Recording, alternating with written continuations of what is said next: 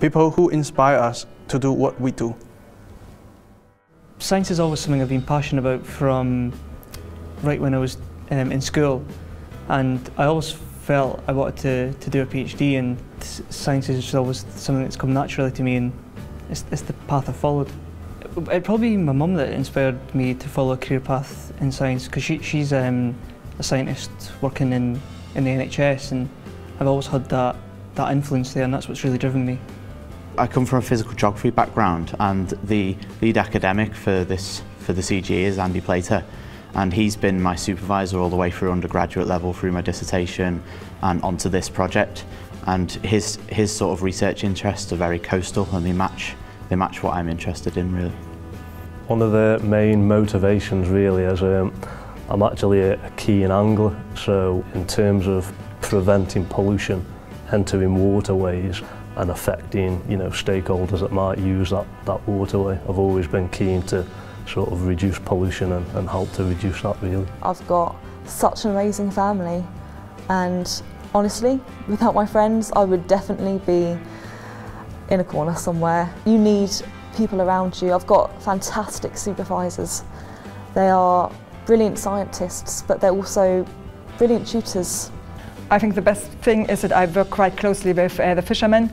So I drive around the whole coast in the northwest, from the Welsh border to the Scottish border, and then I meet the fishermen at their homes, at the beach, in the pub, in their car, and do interviews with them and speak about the problems they're facing, how they're coping, about the fishing.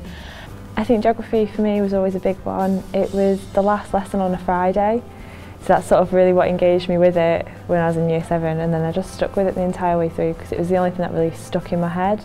My high school teacher was brilliant, my A-level teacher was brilliant. I got really good tuition from Lancaster University when I was doing my physical geography degree there, and I sort of got to know my supervisor there, and then obviously I do my PhD with him now. So it's just I think it's an influence of really strong, really knowledgeable teaching that sort of, when people are passionate about something they do, it passes on to you and it instills like a passion in you, and then it's something that you want to do as well. My mother's works for the Primary Care Trust, which are now the actual Liverpool Council. My father, he was a health worker for the NHS, so it's always kind of been more of a medical background. I know it's completely different to the project, but that was kind of what pushed me down the microbiology route. It was the whole thing of antimicrobial resistance really took me at undergraduate level. But then I think now in this world you need to kind of apply it to a more realistic scenario.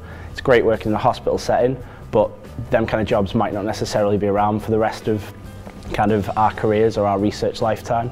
Whereas the oil industry, we're looking at a kind of research career somewhere that we're going to have an impending oil crisis probably over the next 50 years, and if there's a way of improving the amount of oil we can recover using bacteria, using things that I actually enjoy working with and can deal with, know them inside out, then I think there's potential for a great research career in there, and something that I can kind of grasp and create novel routes down there that haven't been looked into. I didn't want to do a PhD for doing a PhD because I think it's a huge commitment. So I wanted to make sure it'd be an area that I'd be able to see through to the end.